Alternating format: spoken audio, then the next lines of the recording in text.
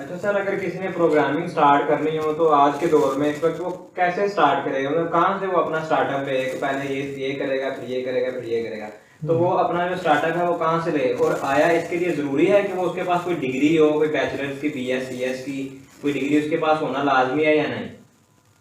देखो, ये डिग्री होना या ना होना इसको हम बाद में डिस्कस करते हैं, लेकिन सबसे पहली चीज़ है कि अगर किसी ने भी प्रोग्रामिंग के अंदर आना है और अपना करियर उसके अंदर बनाना है तो वो कहाँ से स्टार्ट करे, ये एक इम्पोर्टेंट क्वेश्चन है। और इसी में बहुत ज़्यादा कन्फ्यूजन होती है कि हमने कैसे स्टार्ट करना है। अब आमतौर पर अगर आप डिग्री वाली चीज़ की तरफ जाते हैं तो उसमें तो वो बिल्कुल बेसिक से आपको इंट्रोडक्शन से स्टार्ट करवाएंगे और फिर आगे और कोर्सेज जैसे जैसे चलता रहेगा तो 4 साल की डिग्री भी चलती रहेगी और उसमें कोर्सेज आते रहेंगे। लेकिन मैं अपने पॉइंट ऑफ व्यू से आपको बताता हूँ कि प्रोग्रामिंग कैसे स्टार्ट करनी चाहिए, और वो इस पर डिपेंड नहीं करता कि आप डिग्री कर रहे हैं या नहीं कर रहे। सबसे पहले तो आप ये चीज़ सीखें, ये चीज़ समझें कि प्रोग्रामिंग है क्या। प्रोग्रामिंग लैंग्वेजेस का नाम नहीं है कि आपने सी सीखनी है, आपने जावा सीखनी है, आपने पीएचपी सीखनी है, आप जावास्क्रिप्ट में जाएंगे, आप वेब डेवलपमेंट करेंगे, इस चीज़ का नाम नहीं है।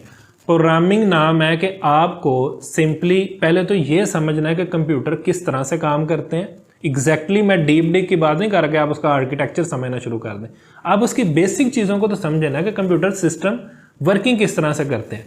और फिर अगली चीज़ आती है कि आपने कैसे उससे अपना काम करवाना है।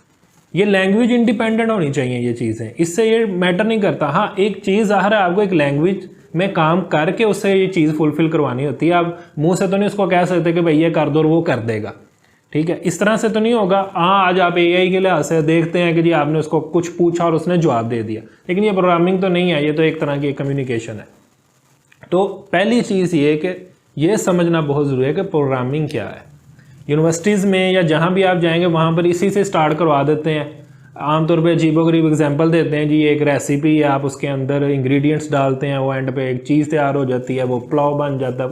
मतलब अजीब, मुझे तो बहुत अजीब लगता है। हमें खुद इस तरह की एग्जांपल्स दी गई थी और बहुत ही मतलब ये मैं नहीं समझता कि ये कोई अच्छा तरीका है कि एक चीज़ को समझाने का, जो इतनी टेक्निकल चीज़ है और आप उसको इस तरह की अजीबोगरीब वो बिरयानी वाली मसालें देखो तो उसको समझा रहे हो। बहुत ही एक ना, अब मैं ज़्यादा कोई हार्ड वर्ड नहीं यूज़ करना चाहता। खैर, तो पहले तो ये चीज़ समझना है कि प्रोग्रामिंग क्या है, कंप्यूटर सिस्टम्स क्या हैं, कैसे काम करते हैं। उसके अंदर बेसिकली आपको कि उसको इंस्ट्रक्ट कैसे करना है ये चीज़ समझना है। आप उसको अगर जिस तरह हम स्कूल में चीज़ें सीखते हैं, आपको बिल्कुल बेसिक लेवल पे चीज़ें बताई जाती हैं, लाइक आपको सबसे पहले ABC अल्फ़ाबेट्स इस तरह की चीज़ें आपको बताई जाएंगी, फिर उससे आपको वर्ड्स बनाने बताए जाएंगे और फिर उससे आगे पूरे सेंटेंस और ग्रामर, ये सारी चीज़ें हम सीखते हैं किसी भी लैंग्वेज को सीखने के लिए। इसी तरह जो प्रोग्रामिंग और कंप्यूटर लैंग्वेजेस हैं, इनको भी सीखने के लिए आपको पहले इन चीज़ों को बेसिकली सीखना होगा। आपको पहले समझना होगा कि एक वेरिएबल क्या है, वो किस तरह से काम करता है, उसकी लिमिट्स क्या हैं, आप उसमें किस तरह की वैल्यू सेव करवा सकते हो, किस तरह से वैल्यूज़ गेट कर सकते हो। फिर असाइनमेंट ऑपरेटर्स क्या है, ठीक है, या ऑपरेटर्स कह लें पहले तो, ऑपरेटर्स क्या है, फिर उसमें असाइनमेंट ऑपरेटर क्या है, वो क्या काम करता है। फिर उसके अंदर आप आ जाते हैं कंडीशन के तरफ कि कंडीशंस क्या होती हैं, क्यों होती हैं, उनको लिखना किस तरह से, वो बात की बात है। वो हर लैंग्वेज में डिफरेंट वे हो सकता है। 80-90% तो सेम ही है लैंग्वेज के अंदर, लेकिन कुछ में थोड़ा बहुत डिफरेंट है कि आप कोई कंडीशन या कोई सिंटैक्स किस तरह से लिखते हैं, वो एक फ़र्क आ जाता है। लेकिन सबसे पहली चीज़ ये है कि आप समझें कि वो कंडीशंस क्यों हैं, क्या हैं, किस लिए हैं, और फिर आगे की आप बात करें ना कि आपने उनको यूज़ कहाँ पर करना है। तो ये बेसिक जो चीज़ें हैं ना प्रोग्रामिंग के अंदर, मैं आपको बताऊँ, आप शायद अगर पढ़ भी रहे हैं, कर रहे हैं, तो आप सुन के हैरान होंगे कि इतनी थोड़ी चीज़ें प्रोग्रामिंग के अंदर 3 से 4 चीज़ें, मैक्सिमम 5 चीज़ें हैं। सबसे पहली चीज़ वेरिएबल्स, उसके बाद आ जाते हैं जो है वो कंडीशंस। कंडीशन जो है आपका, उसको कंडीशनल स्ट्रक्चर भी कहते हैं, तो वो आ जाते हैं। उसके बाद आपके आ जाते हैं लूप स्ट्रक्चर। लूप स्ट्रक्चर क्या करते हैं कि एक चीज़ आपको बार बार एग्जीक्यूट करवानी है, कोई सेट ऑफ इंस्ट्रक्शंस हैं वो आपको बार बार एग्जीक्यूट करवानी है, तो उसके लिए आप लूपिंग स्ट्रक्चर्स को यूज़ करते हैं। और उसके बाद आ जाते हैं फंक्शंस। इसके अलावा प्रोग्रामिंग के अंदर कोई ऐसी चीज़ नहीं है। यही 4 चीज़ें अगर आपको आ जाती हैं, उसके बाद एक कंसेप्ट आता है ऑब्जेक्ट्स का, ठीक है, 5वीं चीज़ अगर हम ऐड कर लें तो एक ऑब्जेक्ट्स का कंसेप्ट आता है। वो थोड़ा सा ट्रिकी भी है, थोड़ा सा कम्प्लेक्स भी है, लेकिन जब आपको ये 4 चीज़ें अच्छे से समझ में आ जाती हैं तो वो भी कुछ क्रिटिकल या ट्रिकी नहीं रहता है। तो सबसे पहली चीज़, समझ रहे हो ना, सोना जाना, सबसे पहली चीज़ ये है कि आप समझो कि कंडीशंस क्या हैं, वेरिएबल्स क्या हैं, क्यों यूज़ करते हैं हम, क्या क्या टाइप्स हैं उनकी। जब ये चीज़ आप समझ जाओगे फिर आप छोटे छोटे प्रोग्राम से स्टार्ट करो। आपने अपनी क्लास के अंदर आपने जो भी पढ़ा हो 10th क्लास में, 9th में, 8th में, आपने छोटे छोटे मैथ के क्वेश्चन किए होंगे, आपने कुछ अलजेब्रा के क्वेश्चंस किए होंगे, आप उनके ऊपर फोकस करो।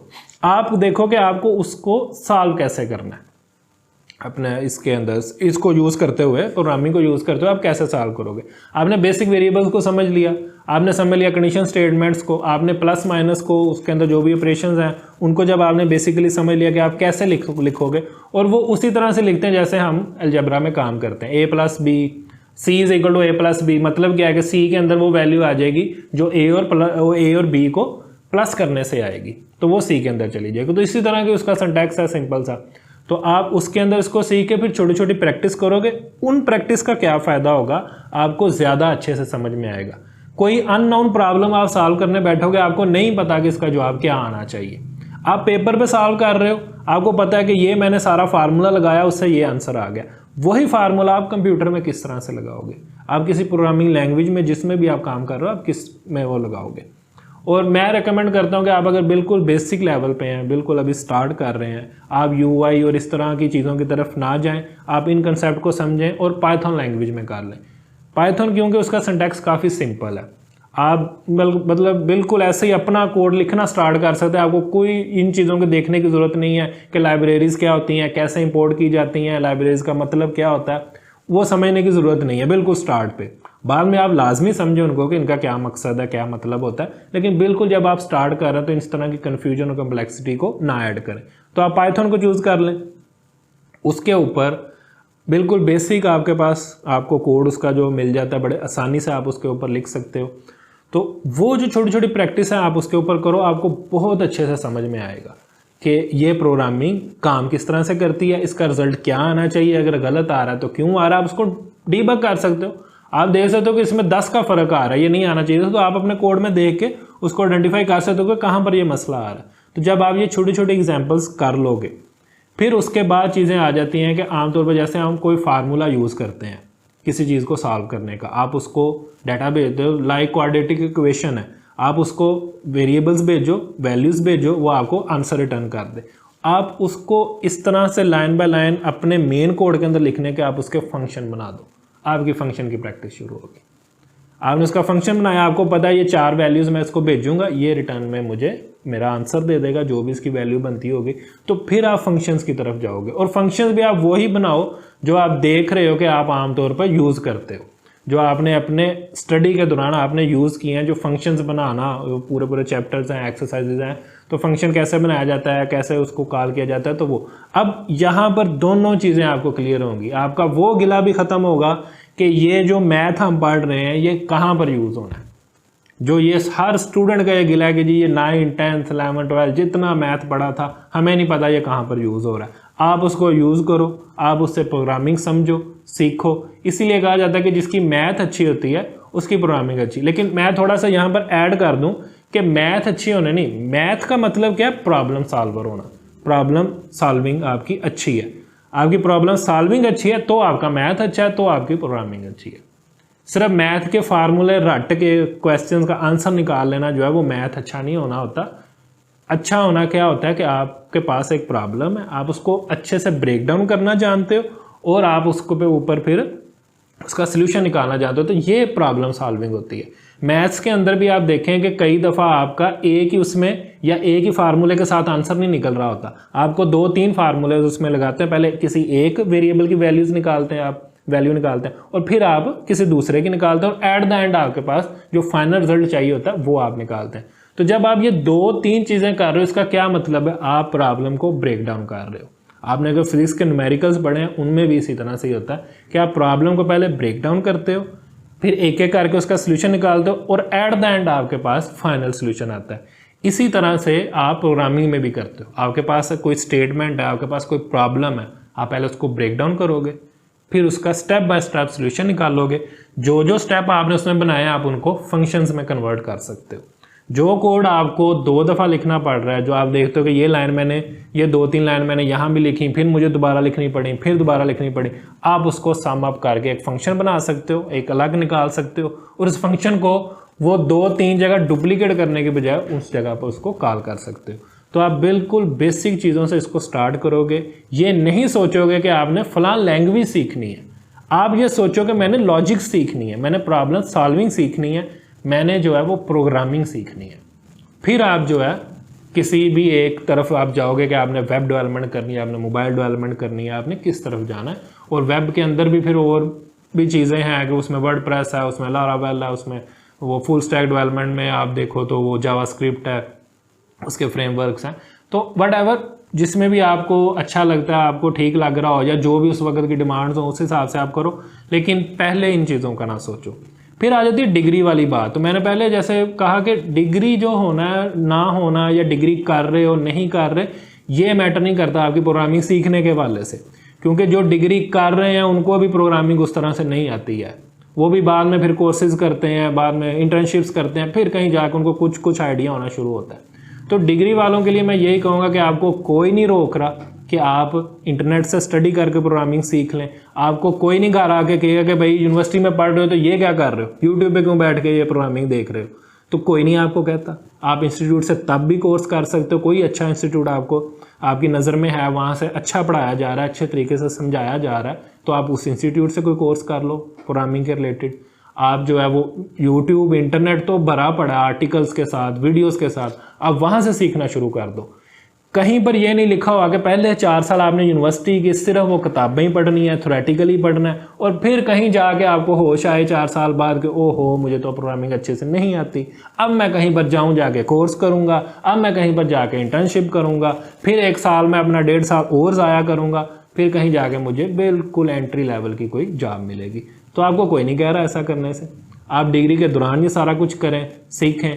एक फ़र्क ज़रूर आता है, कुछ जॉब की रिक्वायरमेंट ही होती है कि आपने डिग्री की हो, तो वहाँ पर ज़ाहिर है आपको डिग्री करने का फ़ायदा होता है, अदरवाइज़ आप अप्लाई नहीं कर सकते।